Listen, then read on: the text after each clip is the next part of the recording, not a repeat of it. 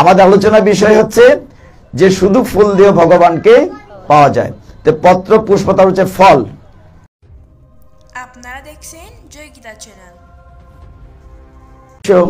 জ্ঞানঞ্জন শলাকয়া চক্ষুরুন্মিলিতং তস্मै শ্রী গুরুবে নমঃ। হে কৃষ্ণ করুণা সিন্ধু দীনবন্ধো জগৎপতে গোপেশ গোপিকা কান্ত রাধা কান্ত নমস্তুতে।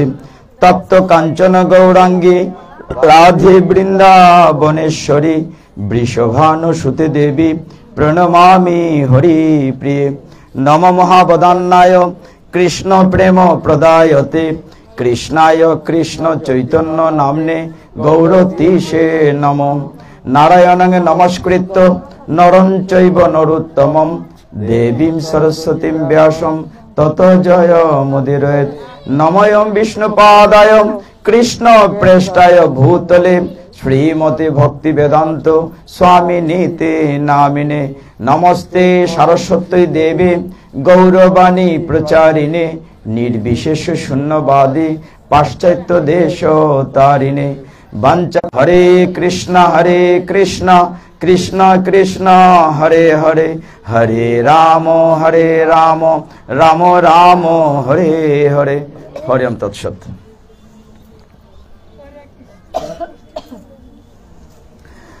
যা হোক, আজকের এই পবিত্র অপরাহ্নে কার্তিক মাসের শেষ দিন আমরা বলেছি যে এই পবিত্র মাসটি আমরা 3 ভাবে উদযাপন করি। ভক্তবৃন্দ আমার পিছনে যারা আছেন আমরা কথা না বলি, এই কোনাটিতে যারা আছে কথা না বলি।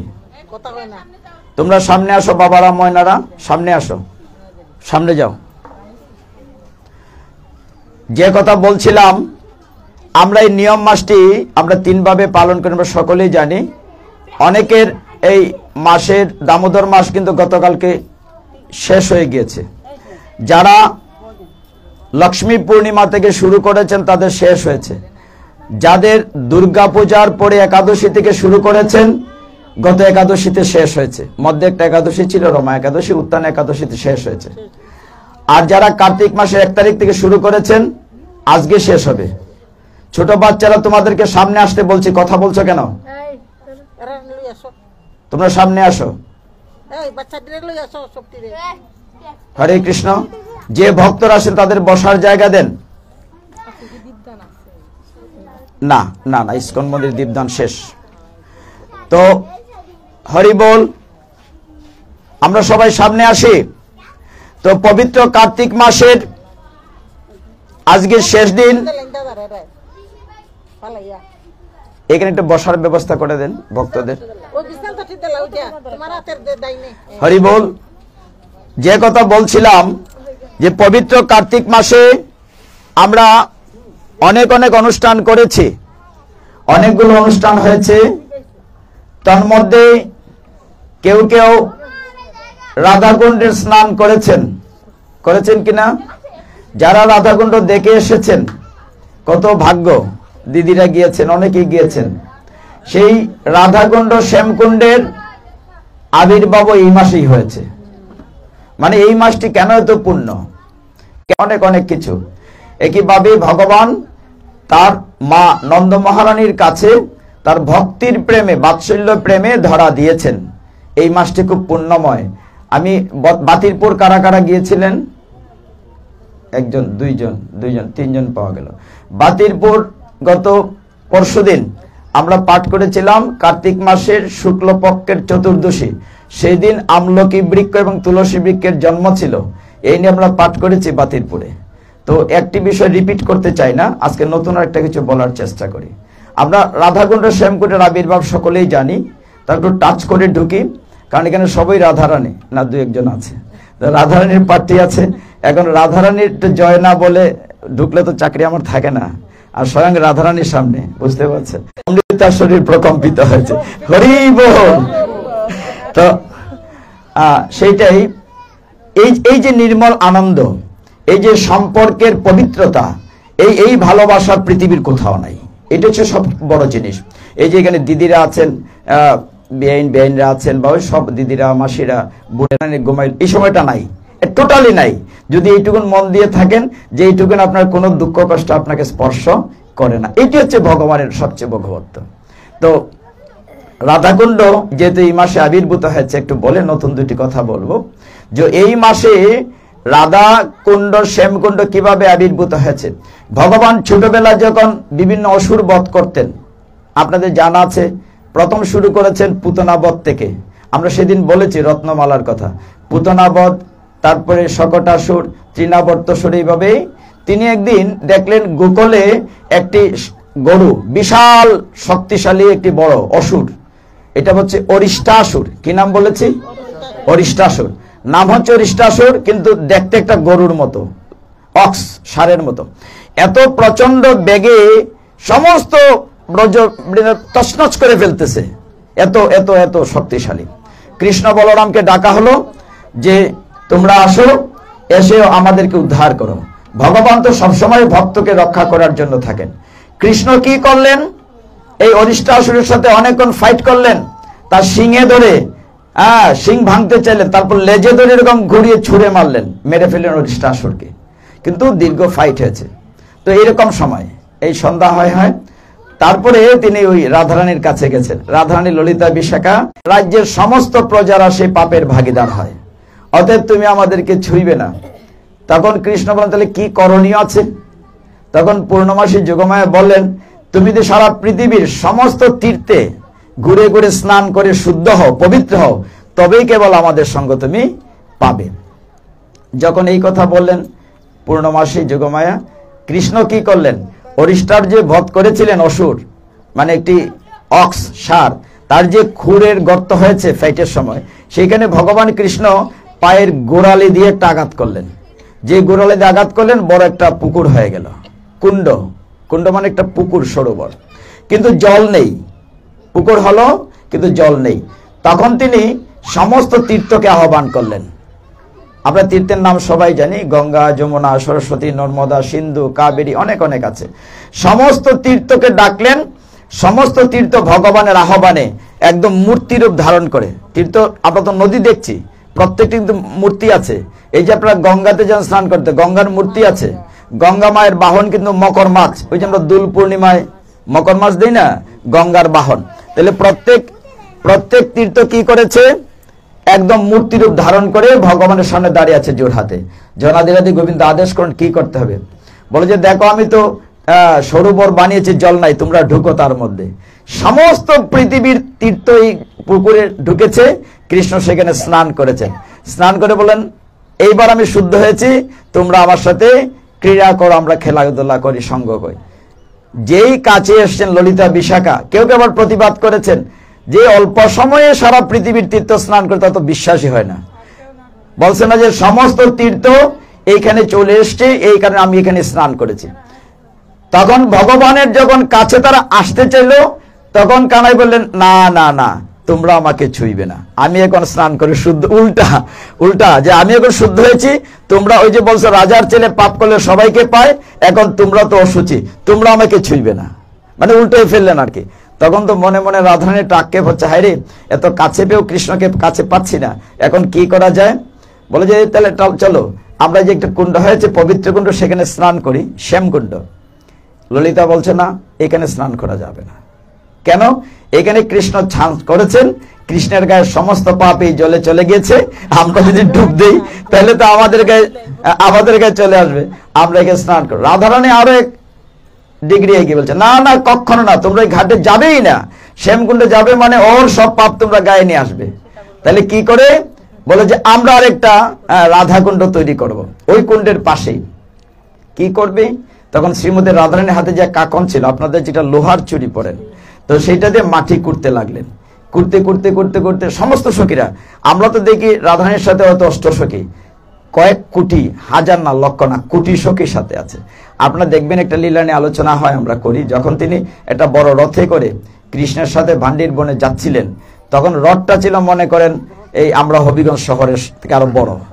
এই রথের মধ্যে 2 তলা 3 তলা ঘর ছিল, এবং এটাতে প্রত্যেকটি বিছনা ফুল সজ্জা সাজানো ছিল, লাইট ছিল, তারপরে উপরে কি বলে সুন্দর সামিয়ানা, অনেক মানে বড় 5 তলা একটা লঞ্চের মতো এরকম ছিল। এটাতে হাজার হাজার লক্ষ লক্ষ সখীরা রাধারানীর সাথী হিসাবে গিয়েছিল, 1-2 জন না। তো সমস্ত সখীরা রাধারানীর দেখা দেখি মাটি করতে লাগলো, করতে করতে বড় একটা পুকুর হয়ে গেল। এই রাধাকুণ্ডের আসল নাম হচ্ছে কাকন কুণ্ড। আমরা রাধাকুণ্ড বলি, এটার নাম কাকন কুণ্ড। ওই যে কাকন দিয়ে চুরি দিয়ে কুণ্ড তৈরি করেছেন, এই জন্য এটার নাম কাকন কুণ্ড। এখন কাকন কুণ্ড হয়েছে কিন্তু জল তো নাই। কৃষ্ণ বলেন যে আমার এখানটা নিয়ে যা। না না, তোমার পাপ ধোয়া জল আমরা নেব না, দরকার বলে আমরা মানস গঙ্গা থেকে, ব্রজে একটি মানস গঙ্গা আছে, যে মানস গঙ্গা থেকে আমরা জল নিয়ে আসবো। সমস্ত সখীরা লাইন ধরলো। এখন গঙ্গা থেকে কোথাও লিখেছে কলসি ভরে, কোথাও আঁচলে মানে অঞ্জলিতে ভরে, হাতে করে জল এক হাত থেকে আর এক হাতে দিচ্ছে, আস্তে আস্তে পড়ে যায়। কতদিনে ভরবে? কৃষ্ণের খুব কষ্ট লাগলো যে এইদিকে সন্ধ্যা হয়ে যাচ্ছে এই সময়টি। তখন কৃষ্ণ সমস্ত তীর্থকে আদেশ দিলেন, যাও রাধারানীর চরণ বন্দনা করো। সমস্ত তীর্থরা গিয়ে রাধারানীর চরণ বন্দনা করতে লাগলো। হে ব্রজেশ্বরী, তুমি ছাড়া তো আমাদের কেউ নাই, তুমি কৃপা করে আমাদেরকে তোমার সেবায় নিয়োজিত করো। ব্রজে একটা জিনিস খেয়াল রাখবেন, আমরা যা কথা বলি, ব্রজের প্রতিটি বস্তু, সেদিন আমরা দইয়ের মাখনের কথা বলছি, প্রতিটি বস্তু, বৃক্ষলতা, সখী গোপী, সবাই সবাই সবসময় কৃষ্ণের সেবার জন্য ব্যস্ত থাকেন। মানে কি করে কৃষ্ণকে খুশি করা যাবে, কি করে কৃষ্ণ এবং রাধাকে মিলন ঘটিয়ে দেওয়া যাবে। ঈর্ষান্বিত কেউ না, কোন সখীরা সবাই কৃষ্ণকে প্রতিরূপে পেতে চায়, কিন্তু রাধা কৃষ্ণ মিলন ঘটানোর বেলা তাদের কোনো ঈর্ষা নাই। সবাই চায় রাধা কৃষ্ণ খুশি থাকলে আমরাই খুশি। এই অবস্থায় সমস্ত তীর্থ যখন সমস্ত তীর্থের আগে রাধারানীর চরণে প্রণতি নিবেদন করেছেন, তখন রাধারানী বলেন যে ঠিক আছে, আমার তো পুকুরটা খালি, তোমরা এর মধ্যে ঢুকো। যেই ঢুকতে বলছেন, কৃষ্ণ কি করেছেন, শ্যামকুণ্ড রাধাকুণ্ডের মাঝখানে যে একটা পুকুরের যে একটা পাড় আছে, তিনি তার বাঁশরিকানা দিয়ে ছিদ্র করে দিয়েছেন। যেই ছিদ্র করে দিয়েছেন, তখন শ্যামকুণ্ডের জল রাধাকুণ্ডে গিয়ে সমানে সমান হয়ে গেছে। হরি বল। এইভাবে ওই যে কৃষ্ণ করে দিয়েছেন, এখনো আছে। এগুলো তো আসলে বিলীন হয়ে গেছিল। যে কথাগুলো বলা আপনাদের জানা দরকার, চৈতন্য মহাপ্রভু তার ষড় গোস্বামীকে আদেশ দিয়েছিলেন এই তীর্থস্থানগুলো আবিষ্কার করার জন্য। মহাপ্রভুর নির্দেশ, এগুলো তো সব পুকুর কুণ্ড ভরে গিয়েছিল, জমি হয়ে গিয়েছিল। মহাপ্রভু কলিযুগ পাবন অবতার এসে তার ষড় গোস্বামীকে দিয়ে সে বৃন্দাবনের যত গুপ্ত এই স্থানগুলো ছিল সেগুলো প্রকাশ করেছেন, মহাপ্রভু করেছেন। তো এই মহাবদান্যতায় রাধাকুণ্ড শ্যামকুণ্ড হলো। এবার সকলে খুশি। কৃষ্ণ বলেন ঠিক আছে, আমরা প্রতিদিন এখানে এসে জল ক্রীড়া করব, এখানে খেলাধুলা করব, নৌবিহার করব। এরপর থেকেই শ্যামকুণ্ড রাধাকুণ্ড হলো। তো এটা কোন মাসে হলো? এই কার্তিক মাসে হলো।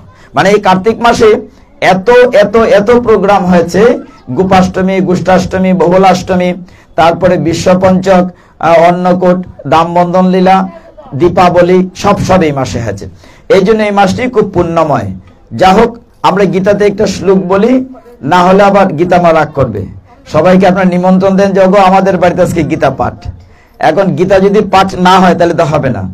গীতা খুব সহজ করে একটি কথা যদি বলি, ভগবান কতটা কৃপালু।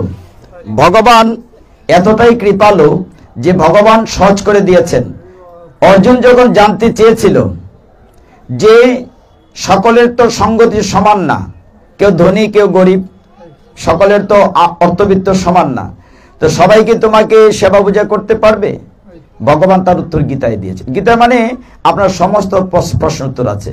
নবম অধ্যায়ের 26 নম্বর শ্লোকে ভগবান বলছেন, পত্রং পুষ্পং ফলং তুয়ং, তু মানে জল, ইউমি ভক্তা প্রযোচ্যতি, বলছেন যে পত্র পুষ্প ফল জল দিয়ে যে আমাকে পূজা করবে, আমি তার পত্র ফুলেই খুশি। আমার জন্য মানে কুরমা পোলাও ভালো খাবার দিতে হবে না, আমি তো ওগুলো খাই না, আমি তার ভক্তিটুকু খাই। ভগবান বলছেন ভক্তি উপরিত স্নামি, যে তাতে যতটুকু ভক্তি আছে আমি ভক্তিটা খাই।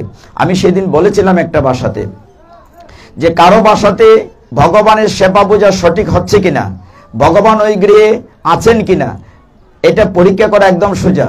ভগবানের যে পূজার উপকরণ, মনে করেন এই যে ঘন্টা, তারপরে প্রদীপবাতি বা পূজার থালা বাসন, এগুলো দেখলেই বুঝতে পারবেন ওই গৃহে ভগবানের সেবা হচ্ছে কিনা। এইগুলো হচ্ছে বলরাম, এই যে বাসন কোষণ এগুলো হচ্ছে বলরাম, বলরাম নিজে এগুলো। বলরাম সবসময় ভগবানের বড় ভাই হলে কি হবে, ভগবানের সেবায় নিয়োজিত থাকতেন, এবং এই বাসন কোষণ ভগবানের পূজার যত উপকরণ সবগুলো হচ্ছে বলরাম।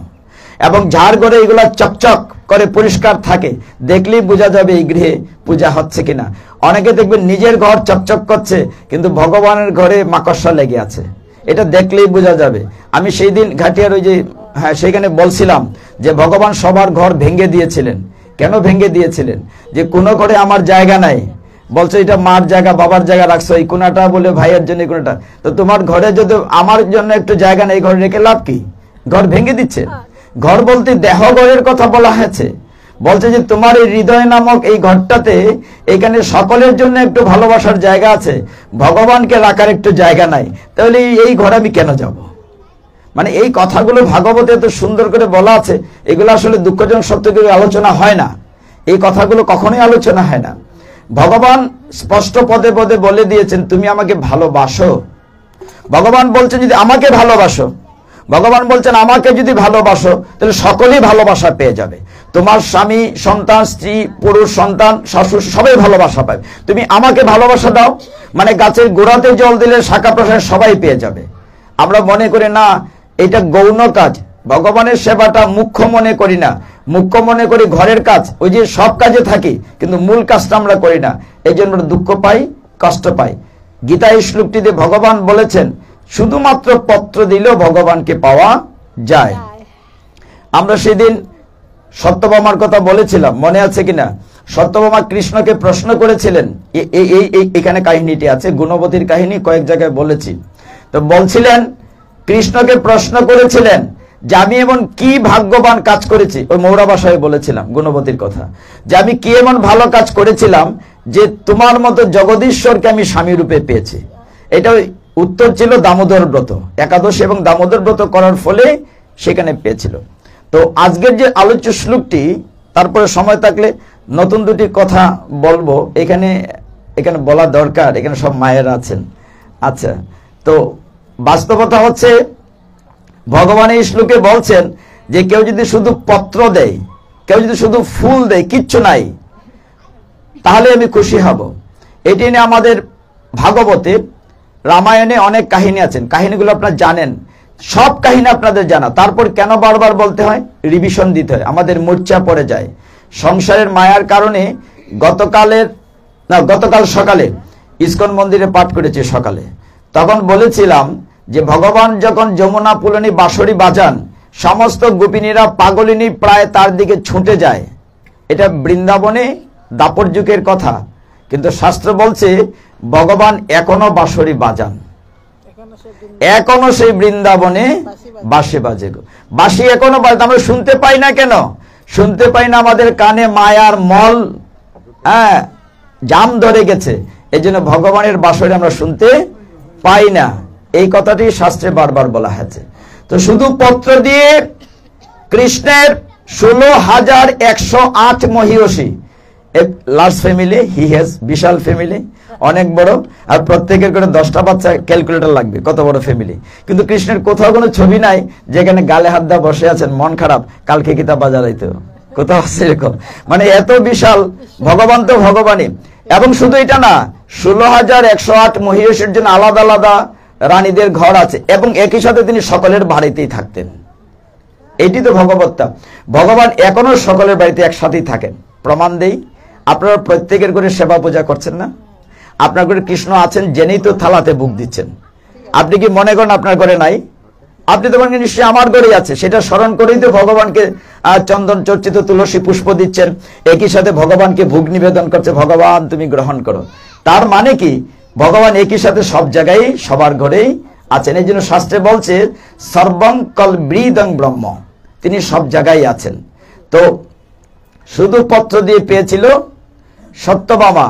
ভগবানের মেইন 8 জন মহিষী ছিলেন, আমরা জানি তো, ওই যে রুক্মিণী দেবী, সত্যভামা, জাম্বুবতী, নগ্নজিতি, মাদ্রী, রোহিণী, লক্ষণা, এরকম কয়জন আছে? 8 জন, মেইন 8 জন। তো 8 জনের মধ্যে সেকেন্ড হচ্ছে সত্যভামা। সত্যভামাকে সেদিন বলেছিলাম ওই গুণবতী কাহিনীটাতে, নারদ মুনি একটা ফুল এনে দিয়েছিলেন, নাইট কুইন, পারিজাত ফুল, এটি যখন ভগবানের প্রথমা রানী রুক্মিণী দেবীকে দিয়েছেন, এখন যে সত্যভামা কিন্তু রুক্মিণীর চেয়ে বেশি সুন্দরী, মানে রুক্মিণী দেবী হচ্ছেন লক্ষ্মী দেবী। তো তাকে যখন বড় রানীকে দিয়েছেন, ছোট রানী তো মেজর রানী তো রাগ শব্দটা ঠিক না, অনুরাগ, রাগ না অনুরাগ, অভিমান করেছে যে আমি কি তোমার শ্রেষ্ঠা নয়, আমাকে ভালোবাসো না, আমাকে তুমি ফুলটি দিলেন, আমি কথাই বলবো না। এখন কৃষ্ণ তো বেকায়দায় পড়েছেন, তিনি কি করে অভিমানীর অভিমান ভাঙ্গেন। তখন তিনি বলেন ঠিক আছে আমাকে দিতে হবে। কৃষ্ণ বলেন আবার স্বর্গে গিয়ে ফাইট করে ফুল আনতে হবে, পারিজাত ফুল। সত্য বলেন না, আমাকে দিদিকে তুমি ফুল দিয়েছো, শুধু ফুল হবে না, আমার রাস্তা গাছ সহ দিতে হবে, একটু বেশি চাহিদা না। তখন কৃষ্ণ আবার সেইখানে গেলেন, গিয়ে একটি গাছ সহ আস্ত ফুল এনে দিলেন। দেওয়ার ফলে হলো কি, একটা বড় গিফট পেয়েছেন, একটা ট্রিট দিতে হবে, অনুষ্ঠান করতে হবে, মহা ধুমধাম একটা অনুষ্ঠান হলো। অনুষ্ঠান পরিচালনার যে দায়িত্ব দেওয়া হলো নারদ মুনিকে। আমরা মনে রাখেন আমরা কোন শ্লোকটাতে আছে, শ্লোকটা হচ্ছে পত্রং পুষ্পং ফলং তুয়ং, মানে পত্র পুষ্প ফল জল দিয়ে ভগবানকে পাওয়া যায়, এই শ্লোকটাতে আছে। তখন সত্যমা কি করলেন, বিশাল অনুষ্ঠান করলেন। এটা বাইরে সরো, ওই দিক রাখো। তো দেখা গেল কি অনেক বড় অনুষ্ঠান হয়েছে। এখন নারদ মুনি বলছেন, মা বলছেন যে আমি এত বড় অনুষ্ঠান হয়েছে, আমার একটা পুরস্কার পাওয়া দরকার। ফলাফল কি হলো, দেখা গেল সত্য বললেন ঠিক আছে আমি তোমাকে দেব, তুমি কি চাও বলো। যখন এরকম কথা হচ্ছে অনেক পুরস্কার, সত্যমা বিন্দু তখন অহংকার, ভগবান অহংকারীকে পছন্দ করে না। মানুষের বিভিন্ন রকম অহংকার থাকে, কারো রূপের অহংকার থাকে, কারো ধনের অহংকার থাকে, কারো বংশের অহংকার থাকে, আমি চৌধুরী বংশের লোক, বিভিন্ন ধরনের অহংকার থাকে। সত্যভামা রূপের অহংকার নিয়ে বলছিলেন, বলো তুমি কি চাও আমি দেব, আমার কি কম আছে। আমরা 16,108 সতীন বলিনি, সতীনে তো বলেছে আমরা এতজন রাজরানী আছে, কি আর লাগবে। তো নারদ মুনি বলছেন যে আমাকে যাচাই দেবে, মানে কৃষ্ণ চাচ্ছেন একটা শিক্ষা দিতে। সত্যভামাকে অহংকার যে করেছে, কৃষ্ণের সাথে নারদের চোখে চোখে কথা হয়েছে, বলছে আমাকে দিবে তোকে, নিশ্চয়ই দেব। তখন এইরকম আরেকটু বেলা ছিল, তখন বলছে যে কিচ্ছু তো দরকার নাই, ধন দৌলত। এখন সত্যমা ভাবছেন নারদ মুনি তো বিনা বাজায় বাজায় ঘুরে বেলান, নারায়ণ নারায়ণ নারায়ণ, তার তো জীবনে ঘুরে বেলান, কি আর চাইবে। তখন তিনি বললেন যে আমার কিচ্ছু লাগবে না টাকা পয়সা, ওই কৃষ্ণকে আমাকে দিয়ে দাও। সর্বনাশের কথা না, কোন বিবাহিত স্ত্রী স্বামীকে দেবে জীবন থাকতে?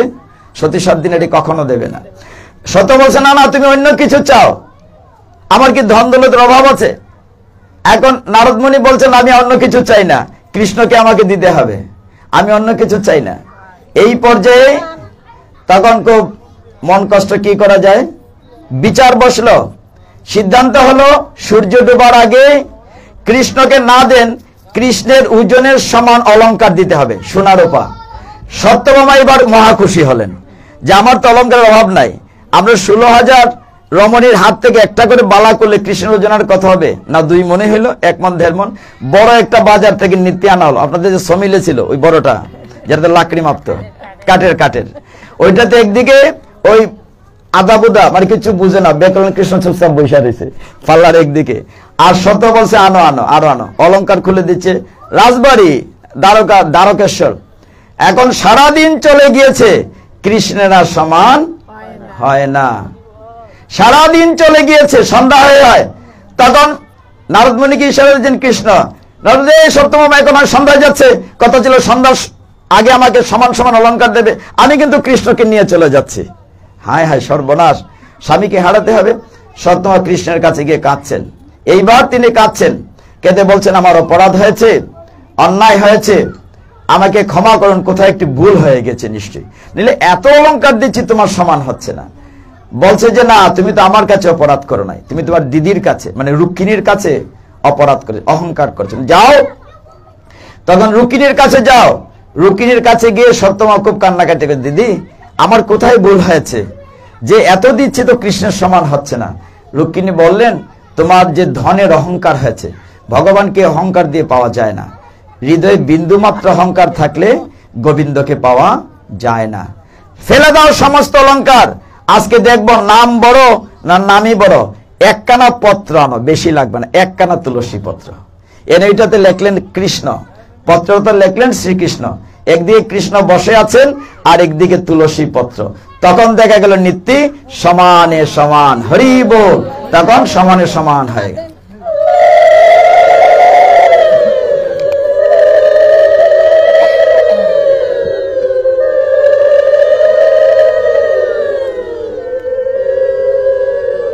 তখন দেখা গেল যে কৃষ্ণ সমানে সমান হয়েছেন, কারণ নাম থেকে নামই বড়। ভগবান বলছেন আমার থেকে আমার নাম বড়।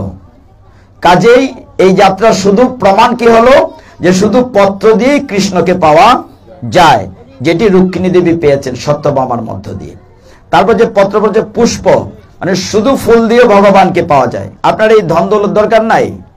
আপনারা দেখেছেন গজমুক্কন লীলায় ভাগবতে আছে, গজ মানে হাতি, গজ অর্থ এই বাচ্চাগুলোকে সামনে আনা যায় না, এর কথা শুনে না কেন? হরি বল, হরি বল, হরে কৃষ্ণ। তবু এই পাশটায় থাকো তোমরা, মামনি লক্ষ্মীরা, ছেলেরা, বন্ধুরা এইদিকে থাকো। তোমাদেরকে বেশি বেশি করে প্রসাদ দেওয়া হবে। এইদিকে থাকো, ওইদিকে যায় না। নিচে দেখো আর কে আছে, তাদেরকে নিয়ে আসো। তো গজেন্দ্র মুকুল লীলাটি খুব চমৎকার। শুধু এই লীলাটি নিয়ে একদিন বিস্তারিত আলোচনা করব। এটা সংক্ষেপে বলতে বলা হয়, ত্রিকুট পর্বতের কাছে, ত্রিকুট পর্বতের কাছে একটি বড় বনভূমি ছিল। এখানে এত চমৎকার চমৎকার বৃক্ষ আছে, চমৎকার ফুলের বাগান আছে, সরোবর আছে, সরোবরে হংস মিথুন খেলা করে, মাছ সন্তরণ করে, খুব চমৎকার একটি সরোবর। এই সরোবরে একদিন গজরাজ, মানে ওই পাহাড়ে একটি হাতি থাকতো, অনেক গালো হাতি থাকতো। হাতিদের যিনি রাজা ছিলেন তাকে বলা হয় গজযুগ ইন্দ্র গজেন্দ্র, মানে গজদের রাজা, হাতিদের রাজা। তিনি, সেই হাতিটি একদিন তার সমস্ত স্ত্রী পুত্র পরিজন নিয়ে ওই পাহাড়ে ঘুরতে ঘুরতে ওই সরোবরে এসছে। সরোবরে এসে যখন নিচে নেমেছে জলক্রিয়া করতে, তার সমস্ত হস্তিনীদের সাথে জলক্রিয়া করার সময় হঠাৎ এই সরোবরে ছিল একটা কুমির, বিকট কুমির। কুমিরটি তার পায়ে ধরে, হাতির পায়ে ধরে টেনে জলে নিয়ে যাচ্ছে। এই জায়গাটা অনেক কিছু ভাগবতের শিক্ষণীয় আছে।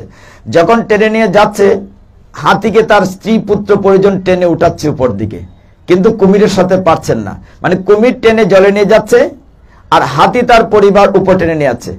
1-2 দিন পরে, 12-14 দিন পরে আত্মীয় স্ত্রী পুত্র পরিজন বলছে, না তোমার সাথে আমরা নাই, তুমি ডুবে মরো, আমরা চলে গেলাম, তোমার সাথে আমরা মরবো নাকি? কথাগুলো খেয়াল করেন। মানে তাকে বিপদে পেলে আপনজন তখন চলে গেছে। এটি বাস্তবতা। অনেক অনেক ফ্যামিলিতে দেখেছি, বৃদ্ধ বয়সে মা বাবার খবরই নেয় না ছেলে মেয়ে। এই নিয়ে আমি প্রতিদিন আলোচনা করি, কষ্ট লাগে। তো সেই হাতিটি যখন জলের মধ্যে, আমি সংক্ষেপ করছি জায়গাটি, জলের মধ্যে কুমির টেনে নিয়ে যাচ্ছে, হাতি উপরে উঠাচ্ছে। যত সময় যাচ্ছে হাতি দুর্বল হয়ে যাচ্ছে, কারণ হাতি তো হচ্ছে স্থলের প্রাণী আর কুমির হচ্ছে জলের প্রাণী। কুমিরে তো জলে তার শক্তি বেশি, সে টেনে নিয়ে যাচ্ছে। এক পর্যায়ে যখন দেখলো আর পারছে না, মানে আঁটু জল থেকে কমর জল পর্যন্ত ডুবে যাচ্ছে, হাতিকে নিয়ে যাচ্ছে, তখন মনে হলো গীতার এই শ্লোকটির কথা। ভগবান বলছেন, শুধু একটি ফুল দিলে আমি খুশি হই, আমাকে পাবে। তখন সুর দিয়ে একখানা পদ্ম ফুল ডুবে যাচ্ছে, মরে যাচ্ছে, মৃত্যু কাছাকাছি। তখন একখানা ফুল ভগবান নারায়ণের উদ্দেশ্যে ছুড়ে দিয়েছে, ওম নমঃ ভগবতে বাসুদেবায়। ভগবান ভক্তের এই একটি মাত্র ফুল পেয়ে, একটি মাত্র ফুল পেয়ে ভক্তের মৃত্যুর পূর্ব মুহূর্তে তিনি গরুড়ে করে এখানে চলে আসছেন। সরোবরের তীরে এসে তিনি টেনে উঠিয়েছেন কুমির সহ, সুদর্শন চক্র দিয়ে কুমিরের গলাটি কেটে ফেলেছিলেন, তাকে রক্ষা করেছিলেন। এইটার পিছনে অনেক কাহিনী আছে। পূর্বজন্মে হাতিটি কে ছিল, কুমিরটি কি ছিল, এই নিয়ে বলে আরো 1 ঘন্টা চলে যাবে। আমাদের আলোচনার বিষয় হচ্ছে যে শুধু ফুল দিয়ে ভগবানকে পাওয়া যায়। তো পত্র পুষ্প, তার হচ্ছে ফল। শুধু ফল দিয়ে রামায়ণ আপনারা জানেন, শবরী পেয়েছিলেন ভগবান রামচন্দ্রকে। আপনারা জানেন শবরী কি করেছিল? আচ্ছা তোমরা বারবার এই দিকটা কেন আসো, কথা শোনো না তোমরা? হরি বল। তোমরা মুরব্বীরা যারা দুলনায় বসে দুলকাও, আরামসে দুলনায় বসে ওদেরকে রাখতে পারো না আটকাতে দিকে? হরি বল। দেখা গেল কি শবরী নামে ভগবান রামচন্দ্রের একদম পরম ভক্ত। এখানে অনেক শবরী আছে, আমরা তাদেরকে চিনতে পারি না। অনেক ভগবানের ভক্ত আছে, আছে কিনা? তিনি এতটাই ভালোবাসতেন রামচন্দ্রকে, অপেক্ষা করতেন কবে রামচন্দ্র আমার গৃহে আসবে। আমি তো গরিব মানুষ, ভগবানকে কি দিয়ে আপ্যায়ন করব? বনের ফল সংগ্রহ করতেন টুকরিতে, কিন্তু সংগ্রহ করার আগে ফল গাছ থেকে পেরে খেয়ে দেখতেন এটা কি টক না মিষ্টি না কষ্টি। এই করে করে টুকরিতে জমা করেছেন। ত্রেতা যুগে ভগবান রামচন্দ্র যখন বনবাসে গেলেন, পিতৃসূত্র পালনের জন্য সীতামা হাইজেক্ট হয়ে গেল। তারপরে জটায়ের সাথে দেখা হয়েছে, আহত পড়ে আছে। তারপর ঘুরতে ঘুরতে রাম এবং লক্ষ্মণ ওই পাহাড়ের উপরে একটি পর্ণ কুঠির ভাঙ্গা ঘরে, যেখানে দেখেন ঘরটি আবার লেপামুসা, পুরাণ হলে কি খুব পরিষ্কার, সেখানে রামচন্দ্র গেলেন, বলেন ঘরে কে আছে? আমি খুব পিপাসার্থ, জল দাও। তখন শবরী বয়স হয়ে গেছে, তিনি জল নিয়ে আসতে দেখেন না, জল যেন আসবেন সমস্ত তার কুড়েঘরটা যেন সুন্দর হয়ে গেল, মানে আলোকিত হয়ে গেল। মানে ভগবান পা রেখেছেন, আলোকিত হয়ে গেছে। যখন আলোকিত হয়ে গিয়েছে তখন দেখা যায় বলছেন তুমি কে? বলে আগে মা জল দাও। জল নিয়ে এসছেন, আরো খাবার টাবার দাও, খুব ক্ষুধার্ত। তখন সবরে জিজ্ঞাসা করেছেন, তুমি আসার সাথে সাথে আমার পুরাণ ঘরটা আলোকিত হয়ে গেল, তুমি কে? তখন বলছিলেন আমি রঘুপতি রাম। ও তাহলে আমি তোমার জন্যই এত বৎসর অপেক্ষা করছি, আমার কি সৌভাগ্য। হ্যাঁ তোমার জন্য ফল আছে, তো আমি টুকরিতে রেখেছি, নিয়ে এসছে সামনে। অর্ধেক অর্ধেক খাওড়া। লক্ষ্মণ দেখে খুব রাগ করেছে, দাদা তুমি না ভগবান, তুমি এটো জোটা খাবে, অন্যের খাওড়া ফল খাবে? না না ওইগুলো খায় না। ভগবান বলছেন লক্ষ্মণ, ফলের উপর দিকটা দেখলে ভিতরটা তো দেখলে না। এই ফলের ভিতরে কতটুকু ভক্তি আছে, কতটুকু প্রেম আছে, কতটুকু ভালোবাসা আছে ভগবানের প্রতি, এই কথাটি গীতায় ভগবান বলছেন। বলছেন ভক্তি উপরিত স্নামী, যে ভক্তি সহকারে যা আমি ভক্তিটা খাই, তোমার রসগোল্লাটা আমি খাই না। তখন এই ফলটি রামচন্দ্র লক্ষণ গ্রহণ করলেন। তাহলে পত্র পুষ্প ফল দিয়ে ভগবানকে পাওয়া যায়, জল দিয়ে ভগবানকে পাওয়া যায়। আমাদের পাশের জেলা সুনামগঞ্জে পনতীর্থে, যাকে আমরা বলেন অদ্বৈত প্রভু, যার নাম হচ্ছে গৌর আনা ঠাকুর, তিনি শুধু গঙ্গা জলে তুলসী বাসিয়ে মহাপ্রভুকে নিয়ে আসছেন। পত্র লাগে নাই, পুষ্প লাগে নাই, ফলও লাগে নাই। তিনি যখন কলিযুগের এই অবস্থা, বলছেন হে ভগবান তুমি আসো, হুঙ্কার হুঙ্কার দিতেন, চিৎকার করে বলতেন হে ভগবান তুমি আসো, কলির জীব খুব কষ্টে আছে, তুমি আসো, তুমি আসো বলে তিনি গঙ্গা জল দিতেন। সেই অদ্বৈত প্রভু, যার ছোটবেলার নাম ছিল কমলাক্ষ, আমরা এই নিয়ে কাহিনী বলছি না, আমরা পনতীর্থে গেলে নিয়ে আলোচনা করি। গত বছরের আগে বছর 2 ঘন্টা আলোচনা করছি শুধু ওই কমলাক্ষকে নিয়ে কাহিনী। তো তিনি কথাটা হচ্ছে আজকের শ্লোকে, যে ভগবান আপনার কাছে বলছেন আমি ভালোবাসার কাঙ্গাল, আমি তোমার জৌলস ঐশ্বর্যের কাঙ্গাল না, আমি চাই তুমি আমাকে আত্মসমর্পিত হয়ে ভালোবাসো। কালকে সকালে একটা আলোচনায় এক জায়গায় শব্দটা ছিল শরণাগতি। ওই যে ভগবান বলছেন যে সর্বধর্মান পরিত্যাজ্য মাম একম শরণাং ব্রজ, তুমি একমাত্র আমার কাছে শরণাগত হও। তখন এক ভক্ত প্রশ্ন করেছিলেন আমরা শরণাগত হব কি করে, কি হলে ভগবানের কাছে শরণাগতি হতে পারবো? তার উত্তর মহাপ্রভু দিয়েছেন।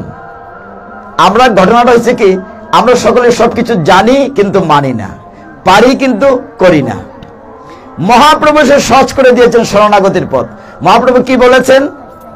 তিনি নিত্যানন্দ এবং হরিদাসকে নির্দেশ দিয়েছেন, শোনো শোনো নিত্যানন্দ, শোনো হরিদাস, সর্বত্র মোর আজ্ঞা করহ প্রকাশ, প্রতি ঘরে ঘরে গিয়ে করো এই ভিক্ষা, বল কৃষ্ণ ভজ কৃষ্ণ কর কৃষ্ণ শিক্ষা।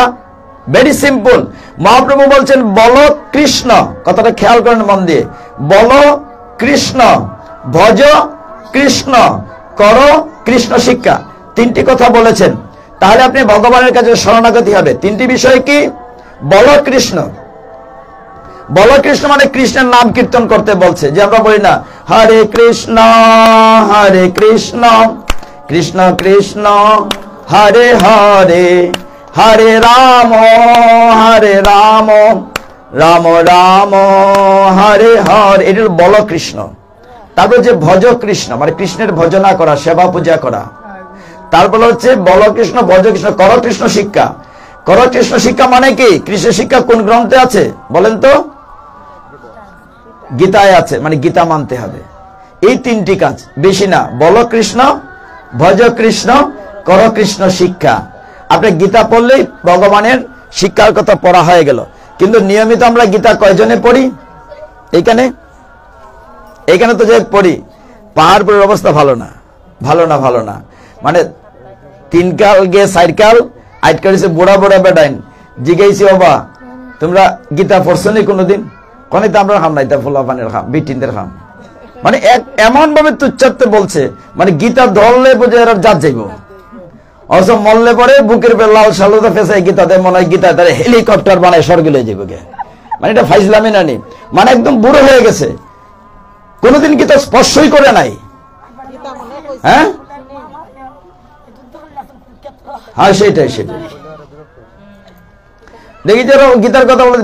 তবে কালকে আমি আসার পরে জিতেন্দ্র প্রভু খুব সে টাইট দিয়েছেন। জিতেন্দ্র প্রভু ছিলেন, জিতেন্দ্র প্রভু তো টাস টাস কটা কটা কথা, দিনাজপুর থেকে এসেছিলেন, উনি খুব টাইট দিয়েছেন। আমি না আসতে মোলায়েম বাসায় বলি, উনি তো নট মোলায়েম। তুলসী নাই আপনার, তুলসী মালা নাই, তুলসী না এরকম, এখন ওঠেন এইরকম একদম হার্ড লাইনে।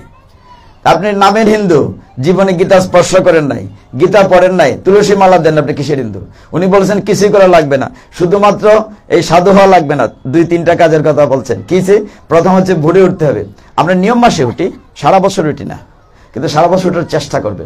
দেখবেন যে কার্তিক মাসে উঠার যে ভোরের যে আনন্দ, আপনি সোজা কথা, ভোরে উঠে সূর্যোদয়ের আগে ব্রহ্মদেব স্নান করে দেখেন, আপনার শরীরটা নিজের কাছেই ভালো লাগবে, নিজের কাছে দেখবেন একটু পবিত্র পবিত্র লাগে। এটা তো ভেরি সিম্পল। আর এই সময়ের যে বাতাস, পবনদেব সকালের এই বাতাসটি আপনার শরীরটা দেহ মন পবিত্র করে। তো এই জায়গাটি খুব সুন্দর। আর সন্ধ্যা গড়িয়ে যাচ্ছে, আমি একটা অহংকারের কথা বলতে চাইছিলাম। অহংকার মানে এই আলোচনা ভাগবতে আছে, এটা আলোচনা হয় না। নৃগ রাজার কাহিনী, নৃগ রাজার নাম শুনেছেন? আমি এই ছাদে আরেকদিন একটা আলোচনা করেছিলাম, এই কোন অবতার, মৎস্য অবতার না কোন অবতার বড় হয়, এরকম একটা, যে এগুলো আলোচনা হয় না, মৎস্য কুর্ম বড় হয়, যেগুলো আলোচনা হয় না, এখানে আরেকবার আলোচনা ওই জায়গাটিতে বসে করেছিলাম।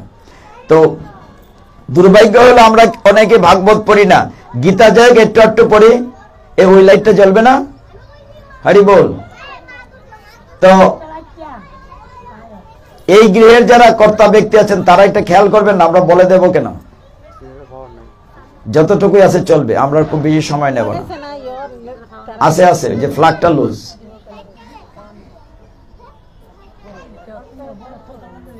এখন কি ওই যে কি বলছে, ঠিক আছে ধন্যবাদ।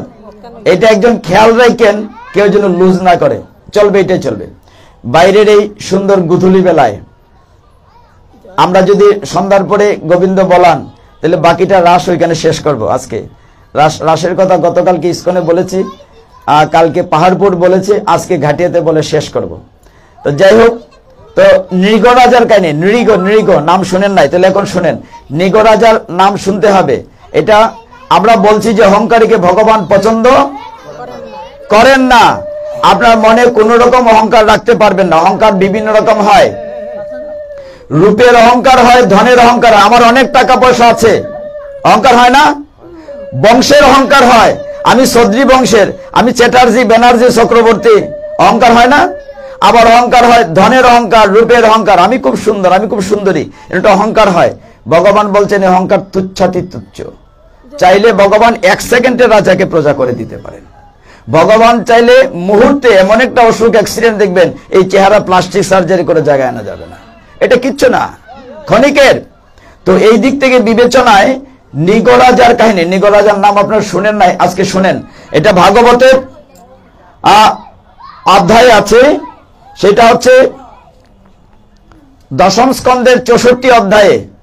নৃগ উচ্চারণটা খুব সহজ না, আমরা যে বলি নৃত্য, নৃপেন্দ্র, দন্তন রিকার, বলেন তো নৃপেন্দ্র, মানে এটা খুব কঠিন উচ্চারণ হয়ে যাবে নৃপেন্দ্র, কিন্তু নয় রিকার, নৃত্য, নৃত্য উচ্চারণ খুব কঠিন, অত সোজা না, নৃত্য 9 রিকার নেই, আমরা যদি অভ্যস্ত হয়ে গেছি। তো নৃগ রাজার কাহিনীটি বলা হচ্ছে যে ভগবানের এই যে যদুবংশের ছেলে মেয়েদের আপনার নাম জানেন, প্রদ্যুম্ন, প্রদ্যুম্ন, তারপর অনেক নাম আছে। যদু কুমাররা ছিলেন শম্ভ, প্রদ্যুম্ন, চন্দ্রভানু, গদ, এরা ছিল। তোরা একদিন বনে খেলা করতে গিয়েছে, কৃষ্ণের নেক্সট জেনারেশন। যদু কুমাররা খেলা করতে গিয়েছে, যেতে যেতে তারা বনের মধ্যে ক্লান্ত হয়েছে, পিপাসার্ত হয়েছে। এখন পিপাসার্ত হয়ে এই নিগরাজার কাহিনীটিতে অনেক কিছু শিক্ষণীয় আছে। প্রধান কথা হচ্ছে যে রূপের অহংকার। আজকে রূপের অহংকারটা বলি। আরেকটা কাহিনী আছে ধনের অহংকার, সেটা আজকে থাকুক, সময় কোলাবে না। আরেকটি কাহিনী আছে চমৎকার ভাগবতে, সেটা হচ্ছে সুদর্শন এবং শঙ্খচূড় উদ্ধার। তো নিগরাজার কাহিনীটিতে বলছে ভাগবত, ছেলেরা এরকম খেলাধুলা করে পিপাসার্থ জল পিপাসা খুঁজছে, খুঁজতে খুঁজতে পাহাড়ের ভিতরে গিয়ে দেখে যে এক জায়গায় একটি বড় কুয়ার ভিতরে জল আছে ভেবে তারা যেই উকি দিয়েছে, দেখলো এটার ভিতরে জল নাই। অনেক বড় বিশাল একটা গিরিগিটি, মানে গুইসাপ, বিশাল একটি গিরিগিটি ওই কুয়ার ভিতরে পড়ে আছে। তখন ছেলেদের মায়া লাগলো, মানে যদু কুমাররা এটাকে উঠাবে, দড়ি দিয়ে, চামড়ার বেল দিয়ে, গাছের বাকল দিয়ে চাইলে উঠাতে, কিন্তু কোনোভাবেই উঠাতে পারছে না। কারেন্ট জানে, ফ্ল্যাগটা ছোটাই ফেলছে, বলছে একজন থাকতে এখানে, বাচ্চারা দৌড়দৌড়ি করছে না, মানে আমি যা বলি তাই হবে। লাগাইছে তো সেই গিরিগিটিকে তারা উদ্ধার করতে পারে নাই। যদু কুমাররা রাজবাড়িতে ফিরে এসে ভগবান কৃষ্ণকে বলছে যে আমরা এরকম একটা বিকট, বিশাল, ভয়ঙ্কর প্রাণী দেখেছি কুয়ার ভিতরে, কৃপা করে সেটা তুলে দাও। ভগবান কৃষ্ণ সেখানে গেলেন, গিয়ে শুধু স্পর্শ করলেন, বা হাত দিয়ে স্পর্শ করলেন, অমনি তার ভিতর থেকে বিশাল একটি প্রাণী কুয়ার বাইরে চলে আসলো। কিন্তু ভগবানের অঙ্গস্পর্শে কি হলো, সাথে সাথে এই বড় গিরিগিটিটি থেকে একটি দিব্যদেহ, জ্যোতির্ময় একজন দেবমূর্তি, মাথায় কিরিট, গলায় মণিমুক্তার মালা, দিব্য পোশাক, তিনি প্রকাশিত হলেন। প্রকাশিত কৃষ্ণকে প্রণাম করছেন, প্রণাম করে বলছেন আপনার কারণে আমি আজকে অভিশাপ থেকে মুক্ত পেলাম। তখন বলেন তুমি কে? বলেন এখানে বলার দরকার নাই, তুমি সবার সামনে বলো। সবাইকে ডেকে নিলেন, সবাইকে ডেকে নিয়ে তিনি বলেন এইবার তুমি বলো। তখন তিনি সেই গিরিগিটিটি বলল যে পূর্ব জন্মে আমি এত দান দক্ষিণা করেছি। এখন খেয়াল করবেন অহংকার বা ভুলে কি হয়।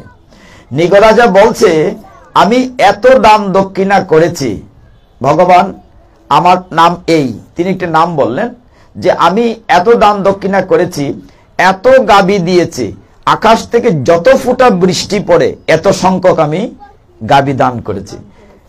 মানে সমুদ্রে যত ফুটা জল আছে এত গাবি, শুধু গাবি না, সবৎস গাবি। এবং গাবির কি করেছি বলছেন যে অলংকার, সোনার সিংহের মধ্যে সোনার অলংকার, পায়ে অলংকার, গায়ে বস্ত্র। এই অবস্থায় আমি এরকম বস্ত্র সমেত শালাঙ্করা গাবি বৎস দান করেছি। হে ভগবান, এরকম যে আমি দান দক্ষিণা করেছি, এত কিছু করেছি, কিন্তু আমি কেন, ভগবান বলতে তুমি কেন গিরিগিটি হলে? তুমি তো দান করেছো। বলে নিশ্চয়ই কোথাও ত্রুটি আছেন। তখন সে বলছে যে আমি দেবপুরুষ ছিলাম বটে, কিন্তু একবার দান করতে করতে ব্রাহ্মণদেরকে, সাধুদেরকে আমি যখন গাবি দান করছি, আমার বিশাল গরুর পাল ছিল, লক্ষ না কোটি কোটি গাবি ছিল। আমি তো শশাগড়া রাজ্যের মালিক ছিলাম। তো একবার আমার গাবির পালে অন্য একজন ব্রাহ্মণের একটা গাবি ঢুকে গিয়েছে। মনে করেন 1 লক্ষ গাবির ভিতরে 2-4টা ঢুকলে তো চেনা যাবে না, ঢুকেছে। তারপর আমি যখন দান করতে গেছি পরবর্তী অনুষ্ঠানে, তখন যে গাবিটি আমার গরুর পালে ঢুকেছে ওই গাবিটি আমি একজন ব্রাহ্মণকে ভুলবশত দান করেছি। এটা মাথায় রাখতে হবে। আমরা অনেক সময় কি কোথাও থেকে গিফট পাই, বিয়েতে বউ বাতে, ওইটা আবার আরেকজনকে দান করে দেই। আমি কথাগুলো এই জন্য আজকে বলছি, এতে আপনার পুণ্য হবে না, বরঞ্চ আপনার পুণ্য ক্ষয় হবে, আর যে ওই গিফটটা দিয়েছে তার লাভ হবে। কিন্তু এই ক্ষেত্রে কিন্তু অনেক ঘটনা আছে, অন্য কান থেকে কিছু পাই, এইটা আবার আমার মনে করে অন্যকে দিয়ে দেই। করি না? করি কিনা? করি। ভাগবত আমাদেরকে কি শিক্ষা দিচ্ছে? সেই রাজা বলছেন আমি শশাগড়া পৃথিবীর মালিক, আমি পৃথিবীর মালিক। আমি এইগুলো যখন দান করছিলাম ওই গাভীটি দান করে ফেলেছি, আমি তো জানি না। ওই ব্রাহ্মণ যখন রাস্তাতে গাভী নিয়ে যাচ্ছে, যে মূল মালিক ওই গাভীর ব্রাহ্মণ, সে বলছে এটা কোথায় পেলে? বলে আমাকে রাজা দান করেছে। বলে দিলেন এটা তো আমার গাভী, তুমি নিচ্ছ কেন? দুইজন বলছে তর্কাতর্কি লাগছে। ও বলছে আমারটা তুমি নিলে কেন? ও বলছে রাজা আমাকে দান করে দিয়েছে, চলো রাজার কাছে যাই। মানে কাহিনীটা কিরকম দেখেন। যখন গিয়েছে পরে, এখন ভগবান সে রাজা চিন্তা করছে যে কি করা যায়। যে ব্রাহ্মণ ছিল মূল গাভীর মালিক, তিনি বলছেন যে তোমার একটা গাভীর বদলে আমি 1000 গাভী দেবো, তবু এটা দিয়ে দাও যেহেতু দান করেছে। ওই ব্রাহ্মণ বলল না, আমারটা আমি কাউকে দেবো না, আমারটা ফিরিয়ে দাও। আর যে লোকটা বলল দান পেয়েছে, রাজা বলেন কি করে, এটা তো অমুকের ভুলবশত চলে গেছে, ওইটার পরিবর্তে তোমাকে আমি 10,000 গাভী দেয়। বলেন আমি ওইটাই চাই। হলো নি কত না? ওইটা ছাড়া বুঝে না, ওইটার বদলা আর কিছু নেবে না। এমন অবস্থা হলো, শেষ মুহূর্তে তিনি অভিসম্পাদিত হলেন যে অন্যের জিনিস, অপরের জিনিস, প্রাপ্ত জিনিস ভুলে হলেও সেটা আবার অন্যকে দান করা যাবে না। এবং তাদের দুইজনের অভিসম্পাদিত হলে বলে যে তুমি পতন হবে। তুমি যে এত এত লক্ষ লক্ষ কোটি কোটি দান করেছো, দানের ফল তোমার কোনো কাজে আসবে না। 0 মানে 1 বালতি দুধ শেষ। তখন বলে যে তুমি অধঃপতিত হও। অধঃপতিত হওয়ার আগে আমার যখন জীবন অবসান হলো, দিদি 5 মিনিট সারছি, তখন রাজাকে তিনি অভিশাপ দেবেন। রাজা দেহ রাখলেন, তাকে নিয়ে যাওয়া হলো যমরাজার বাড়িতে। চিত্রগুপ্ত বললেন যে এই লোকটি দেখো, তার ডায়েরিটা দেখো, সারা জীবন কি পুণ্য করেছে, কি পাপ করেছে। নিগরাজার তিনি তো রাজা ছিলেন, নিগরাজার লাইফস্টাইল দেখলো, বাইরেটে কম্পিউটার দেখে বলল যে সারা জীবন অনেক পুণ্য কাজ করেছেন, উনি এত দান দক্ষিণা করেছেন, তার মধ্যে দান দক্ষিণা পৃথিবীতে কেউ করে নাই। কিন্তু একটি খারাপ কাজও করেছেন, অন্যের জিনিস নিজের মনে করে দান করেছেন। এখন তোমাকে 2 রকম শাস্তি হবে। একটা হচ্ছে অন্যায় করে তোমাকে পাপ ভক্ষণ করতে হবে, আর ভালো কাজের জন্য তুমি অনন্তকাল তুমি ভগবানের ভগবত ধামে থাকবে।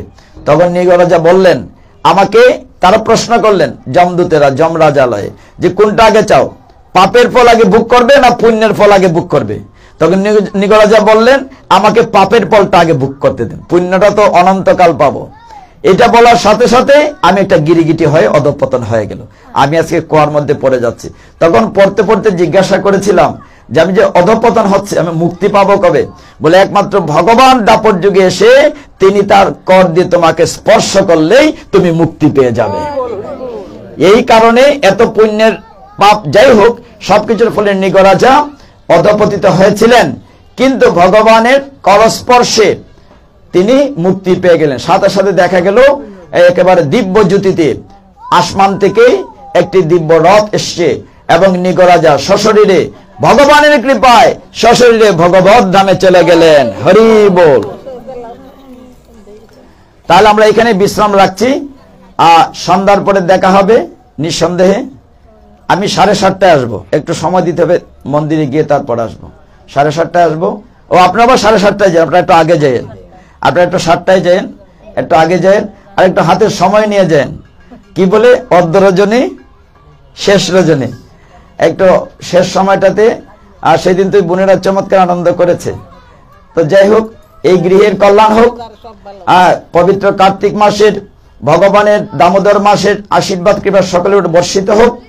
তো এই কথা রেখে চৈতন্য মহাপ্রভু যে নাম দিয়েছেন, আমরা সেটা বলে আমরা শেষ সবাই মিলে হরে কৃষ্ণ কৃষ্ণ কৃষ্ণ হরে হরে, হরে রাম রাম রাম হরে হরে, হরে কৃষ্ণ কৃষ্ণ কৃষ্ণ হরে হরে। ঘোরাও, হরে রাম রাম রাম হরে হরে, হরে কৃষ্ণ কৃষ্ণ কৃষ্ণ হরে। 8 নামাই রাখো।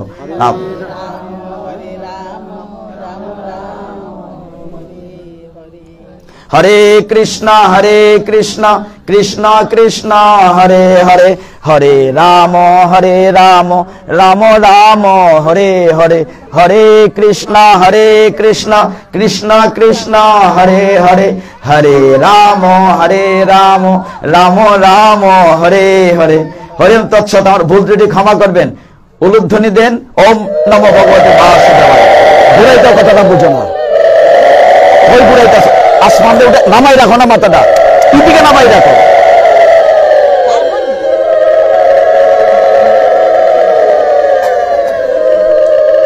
তো আজকে আমরা এখানে অত্যন্ত আনন্দঘন মুহূর্তে দুটি বিষয় নিয়ে যাব সাথে। একটি হচ্ছে ভগবান অহংকারীকে পছন্দ করেন না, আর ভগবানকে ভক্তি সহকারে পত্র পুষ্প দিলে ভগবান খুশি। অন্তত দুটি বিষয় নিয়ে যাব আজকে এখান থেকে। হরি বল। হ্যাঁ, গিফটের বিষয়টা আজকে ভাগবত থেকে জানলাম।